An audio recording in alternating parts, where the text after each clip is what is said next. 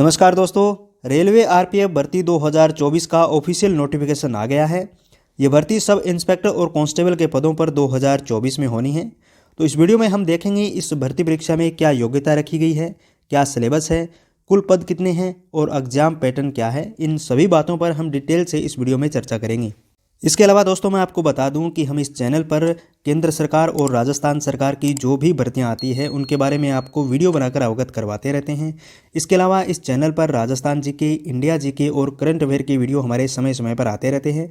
अगर आपने अभी तक हमारे चैनल को सब्सक्राइब नहीं किया है तो प्लीज़ चैनल को सब्सक्राइब कर लेना। तो अब देखते हैं इस भर्ती से जुड़ी हुई सभी जानकारी को डिटेल से। सबसे पहले आप यहाँ पर देख सकते हो इसका ऑफिशियल नोटिफिकेशन 2 जनवरी 2024 को ये आया है। यहाँ पर इसके बारे में कुछ डिटेल दी गई है। इसके अलावा अगर इसमें कुल पदों की संख्या पर बात करें तो यहाँ पर इसमें कुल पद है 2250। इसमें कांस्टेबल के पद होने हैं आपके 2000 और यहाँ पर सब इंस्पेक्टर के जो पदों की संख्या है वो है 250।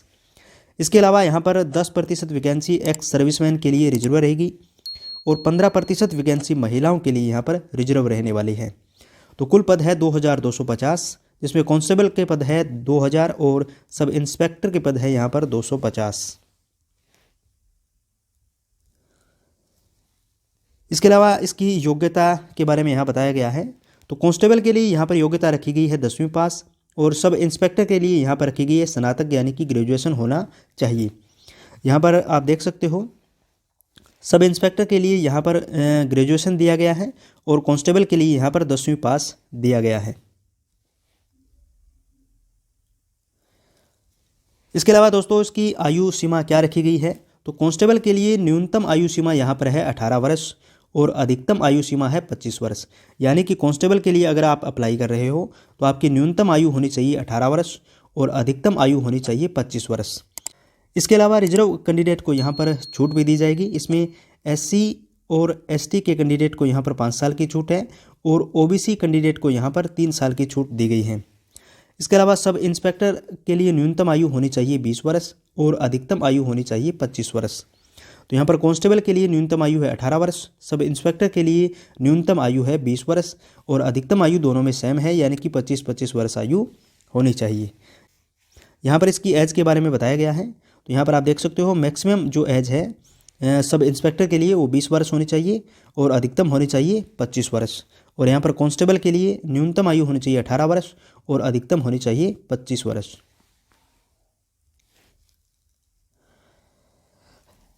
इसके अलावा दोस्तों यहाँ पर इसकी फ़ीस के बारे में बताया गया है। तो यहाँ पर जनरल ओबीसी के लिए यहाँ पर 500 रुपये फ़ीस रखी गई है और एससी एसटी और महिला के लिए यहाँ पर 250 रुपये फ़ीस है। और फीस जमा कराने का जो तरीका है वो है ऑनलाइन। आप ऑनलाइन इसकी फ़ीस जो है वो जमा करवा सकते हो। तो जनरल और ओबीसी के लिए 500 रुपये है और वहीं एससी एसटी और महिला के लिए 250 रुपये यहाँ पर फीस रखी गई है।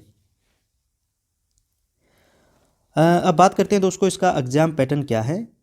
तो यहाँ पर आप देख सकते हो सब इंस्पेक्टर का एग्ज़ाम पैटर्न और कांस्टेबल का एग्ज़ाम पैटर्न यहाँ पर दिया गया है। तो यहाँ पर सब इंस्पेक्टर और कांस्टेबल दोनों ही का जो पेपर है उसमें आपको 90 मिनट का समय दिया जाएगा। यानी कि दोनों पेपरों में आपको 90 मिनट का समय दिया जाएगा। अगर आप कांस्टेबल का दे रहे हो या सब इंस्पेक्टर का दे रहे हो तो इसमें आपको 90 मिनट का समय यहाँ पर मिलने वाला है। इसके अलावा प्रश्नों की संख्या दोनों ही यहाँ पर दोनों के लिए 120 प्रश्नों की संख्या रखी गई है। यानी कि 120 प्रश्न हो गए, 90 मिनट का आपको समय दिया जाएगा। इसमें प्रश्नों की संख्या होगी जनरल अवेयरनेस। यहाँ पर 3 जो भाग दिए गए हैं ए, बी और सी। तो इसमें जनरल अवेयरनेस के आपसे 50 प्रश्न पूछे जाएंगे सब इंस्पेक्टर के लिए और अर्थमेटिक के आपसे 35 प्रश्न पूछे जाएंगे और जनरल इंटेलिजेंस या रीजनिंग के आपसे 35 प्रश्न पूछे जाएंगे सब इंस्पेक्टर के लिए। और यही कांस्टेबल के लिए आपसे 50 प्रश्न पूछे जाएंगे जनरल अवेयरनेस के। अर्थमेटिक के आपसे पूछे जाएंगे 35 प्रश्न और जनरल इंटेलिजेंस या रीजनिंग के आपसे पूछे जाएंगे 35 प्रश्न। यानी कि दोनों ही पेपरों में आपसे 90 मिनट का आपको समय दिया जाएगा। यानी कि 1.5 घंटे का आपको समय दिया जाएगा। दोनों ही पेपरों में 90 मिनट का समय है। 120 प्रश्न आपसे पूछे जाएंगे। यहाँ पर 50 प्रश्न है जनरल अवेयरनेस के दोनों के लिए। अर्थमेटिक के लिए यहाँ पर है 35 प्रश्न, ये भी दोनों के लिए सेम है। और जनरल इंटेलिजेंस यानी कि रीजनिंग के आपसे 35 प्रश्न यहाँ पर पूछे जाएंगे। तो आप इसका स्क्रीनशॉट भी ले सकते हो। ये आपका एग्ज़ाम पैटर्न है। इसके अलावा यहाँ पर दिया गया है दोस्तों इसका सिलेक्शन प्रोसेस, यानी कि इसका सिलेक्शन कैसे होगा। तो इसमें पहले स्टेज में आपका होगा कंप्यूटर बेस्ड टेस्ट यानी कि CBT, यानी कि आपका जो एग्ज़ाम है वो कंप्यूटर बेस्ड आपका एग्ज़ाम होगा, जिसको आप CBT बोलते हो। तो पहला स्टेज यही है कि आपका रिटन एग्ज़ाम होगा। सेकंड स्टेज जो है उसमें आपका फिजिकल एफिशिएंसी टेस्ट होगा, PET हम इसको बोलते हैं। तो इसका आपका फिजिकल टेस्ट होगा।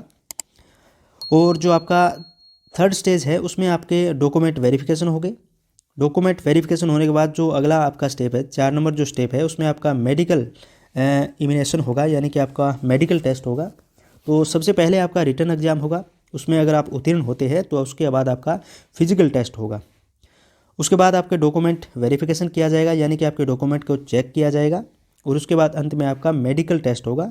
उसके बाद आपका फाइनल सिलेक्शन हो जाएगा। अगर आप इन चारों चरणों को पास कर लेते हो तो आपका फाइनल सिलेक्शन हो जाता है। इसके अलावा दोस्तों मैं आपको बता दूं कि इसकी एग्ज़ाम जो फॉर्म अप्लाई करने की जो डेट है, फॉर्म अप्लाई करने की जो डेट है वो अभी तक इन्होंने नहीं दी है। इन्होंने बताया है कि जनवरी में ही एग्ज़ाम जो है वो शुरू हो जाएंगे। तो इसी माह में इसके फॉर्म अप्लाई करने की डेट जो है वो आने वाली है। तो दोस्तों ये रेलवे RPF भर्ती 2024 से संबंधित एक जानकारी थी जो मैंने आपके साथ शेयर की। इसके अलावा अगर दोस्तों आपने अभी तक हमारे चैनल को सब्सक्राइब नहीं किया है तो प्लीज़ चैनल को सब्सक्राइब कर लेना। धन्यवाद।